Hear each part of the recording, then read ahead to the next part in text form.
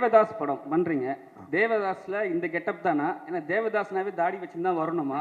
அதில் லோகேஷ் கனகராஜ் வந்து அது மாதிரி மென்ஷன் பண்ணுறாங்களா? அதுக்கப்புறம் வந்து நீங்கள் நடிக்க போகிறேன்னு சொன்ன பிறகு எந்தெந்த ஆக்டர் வந்து உங்களை வந்து நடிக்காத நீ டைரக்டே பண்ணுன்னு சொன்னாங்க? ரஜினி சார், கமல் சார் என்ன சொன்னாங்க? இல்லைண்ணா, இந்த ஃபஸ்ட்டுக்கு லைன் ஆஃப் கேள்விக்கு வந்து அருண் தான் பதில் சொல்லணும். தேவதாஸ் தாடி வச்சிருக்கணுமா வச்சிருக்கக்கூடாதா அதெல்லாமே அவன் தான் பதில் சொல்லணும். இது வந்து அவன் இப்படி வர சொன்னான், அதனால் நான் இப்படி நடிச்சிருக்கேன். அவள் தான் என்னால் பதில் சொல்ல முடியும்.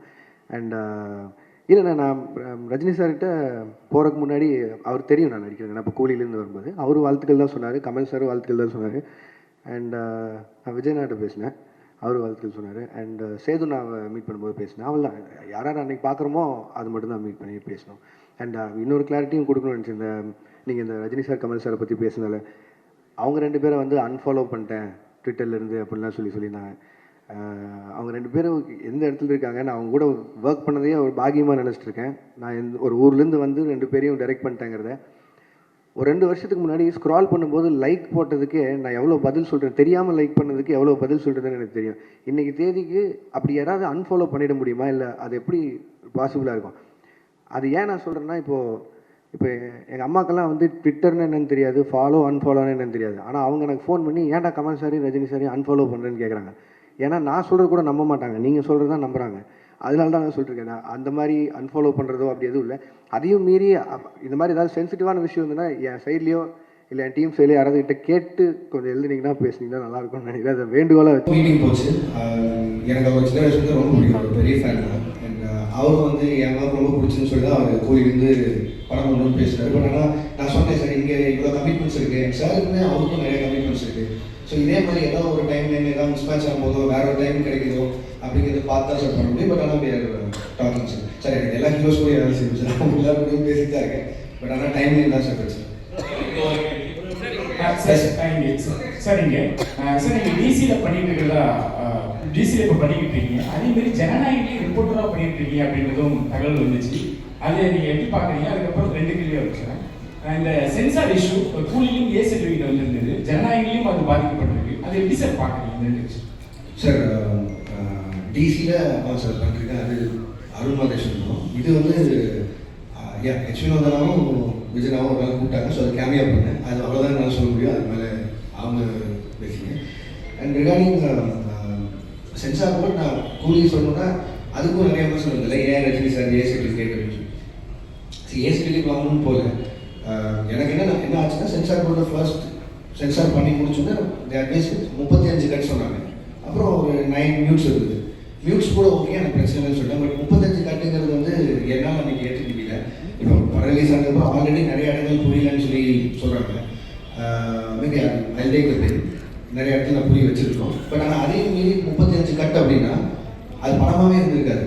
இன்னும் நீங்கள் வந்து ஒரு ஒரு கம்ப்ளீட்டட் ஃபிலிம் வித் ஏ சர்டிஃபிகேட்டா இல்லை ஒரு இன்கம்ப்ளீட் ஃபிலிம் வித் யூபிஏ சர்டிஃபிகேட்டாக மாதிரி தான் இருக்கும். அண்ட் இமீடியட்டாக நான் ஒருத்தர் எடுக்க முடியிற காலம் இல்லை. ஏன்னா அது எத்தனை கோடி இன்வெஸ்ட் பண்ணியிருக்காங்க உங்களுக்கு தெரியும். ஸோ நான் ப்ரொடியூசர்கிட்டையும் பேசுகிறேன், ரஜினி சார்கிட்டையும் பேசுகிறேன். அண்ட் எல்லாரும் பேசி முடிவு பண்ணி நீ அப்ளை ஃபார் ரீசென்சார். உடனே ரீசென்சார் அப்ளை பண்ணோம். ரீசென்சாரில் அடுத்த பேனல் பார்த்துட்டு திருப்பியும் அதே 35 கட்டு அட்வைஸ் பண்ணாங்க.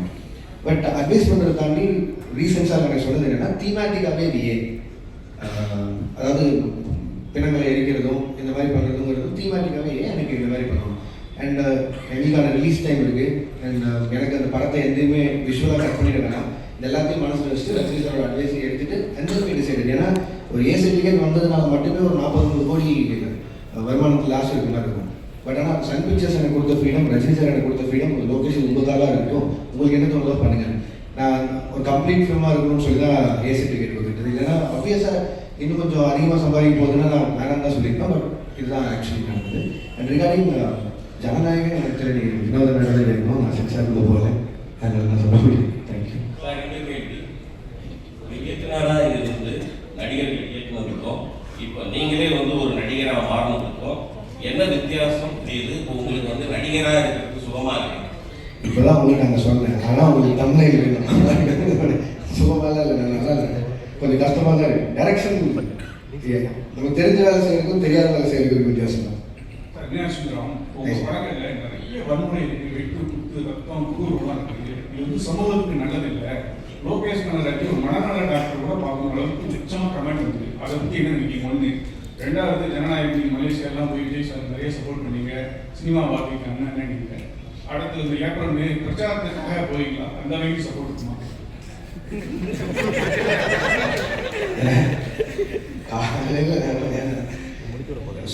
இல்லை, வன்முறை இது வந்து ஆனால் இப்போ நான் வந்து ஒரு சினிமா டைரக்டர் ஆகணும்னு சொல்லும்போது, நான் சின்ன வயசுலேருந்து என்ன படங்கள் பார்த்து வந்தேனோ நான் ஒரு ஆக்ஷன் ஃபிலிம் டைரக்டர் ஆகணும் தான் வந்தேன். நான் தேவன் பெருமாண்டியெல்லாம் பார்த்தா வந்தேன். நான் மனநல மருத்துவமனைக்கெலாம் போகிறேன். நான் டைரக்டர் ஆகணும்னு முடிவு பண்ணி தான் இங்கே வந்தேன். அண்ட் இப்போ அதையும் தாண்டி இப்போ கில்பில் ஆகட்டும், வெளிநாட்டு படங்கள் பார்த்தா அதுக்கும் ஆஸ்கர்லாம் கிடைக்குது, அதாவது ஆக்ஷன் படங்கள். ஸோ இப்போ நம்ம இந்த ஜென்ரேஷன் இருக்கவங்க எல்லாருமே கம்பேர் பண்ணுறதே வந்து கேம் ஆஃப் த்ரோன்ஸ் பார்க்குறாங்க, பிரேக்கிங் பேக், டெக்ஸ்டர் எல்லாத்தையும் பார்த்துறாங்க. ஸோ இதுலேயே 10 வருஷம் ஆயிடுச்சு இதெல்லாம் வந்து. அப்போ என்னென்னா அவன் ஆன் பார் நாங்கள் பார்க்குறது வெப் சீரிஸ் அளவுக்கு இருக்கா அப்படிங்கிறத கம்பேரிசன் வைக்கிறாங்க. அதுக்காக வயலன்ஸ் பண்ணி ஒரு படத்தை பண்ணுறது மட்டும்தான் ஹாலிவுட் லெவலுக்கு கம்பேர் பண்ணுறது நான் சொல்லலை. அதையும் காரணமாக வைக்கிறாங்க. ஒரு 2.5 மணி நேரம் நீங்கள் தேட்டருக்குள்ளே வந்ததுக்கு நான் உங்களை எங்கேஜாக வச்சுக்கணும்னு நினைக்கிறதே எனக்கு அவ்வளோ பெரிய சேலஞ்சாக இருக்குது.